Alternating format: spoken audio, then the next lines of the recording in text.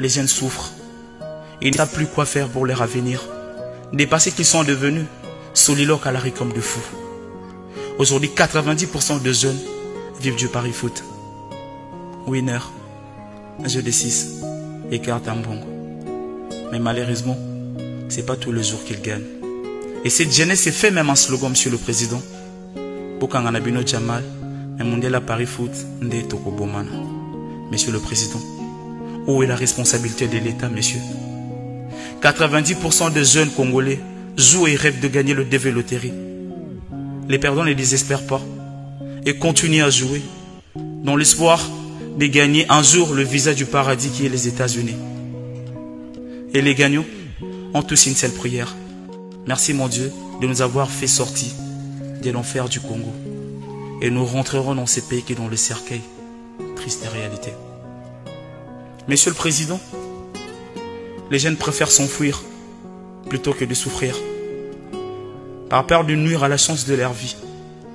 Malencontreusement, presque tous les ambassades nous refusent le visa, comme si c'était Congolais qui portaient l'explosif dans les centres commerciaux de leur pays. Monsieur le Président, beaucoup diront qu'on est mieux chez soi. Oui, on est mieux chez soi avec des guerres interminables et cette pauvreté atroce qui dépasse l'entendement humain. On est mieux chez soi dans ces pays où les populations attendent la pluie pour puiser de l'eau, soit acheter de l'eau de forage pendant que la régie des eaux existe. On est mieux chez soi dans ces pays où la régie des eaux a démissionné complètement de son vrai sens des responsabilités. 1 mois, 2 mois sans eau, ou même pas une goutte toujours.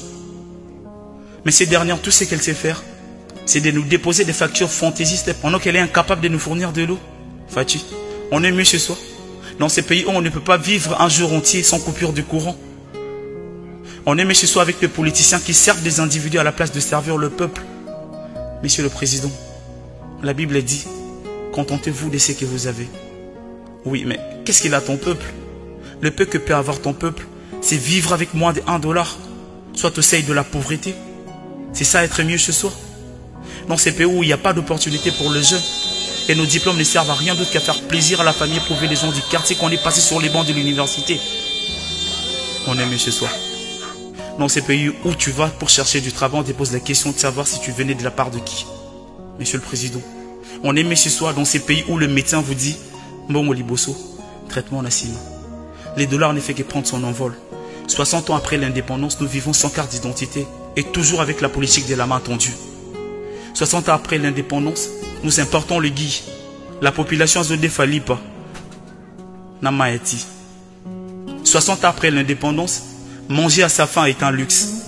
Tous ces éminents professeurs n'arrivent toujours pas à changer la situation du pays. Et ne savent comment nous profiter de ces immenses richesses. C'est ça être mieux chez soi? Non, Monsieur le Président.